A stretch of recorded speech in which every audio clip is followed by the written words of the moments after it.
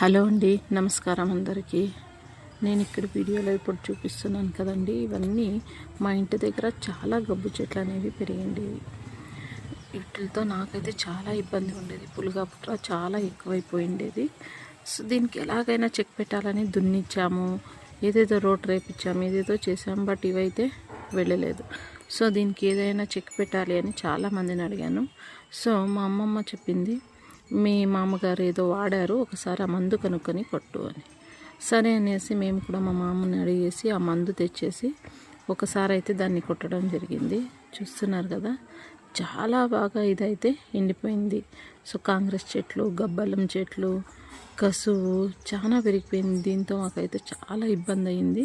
So ఇప్పుడైతే చూస్తున్నారు కదా, ఎక్కడ వాడామో అక్కడ మాత్రమే మనకు చెట్టు అనేది పూర్తిగా ఎండిపోయింది. ఎక్కడైతే నేను వాడలేదో, ఏ చెట్టు అయితే మేము అలానే ఉండాలనుకున్నామో ఆ చెట్టు అలానే ఉంది.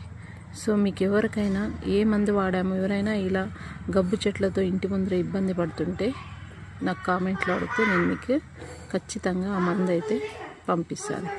Thank you. నా ఛానల్ని సబ్స్క్రైబ్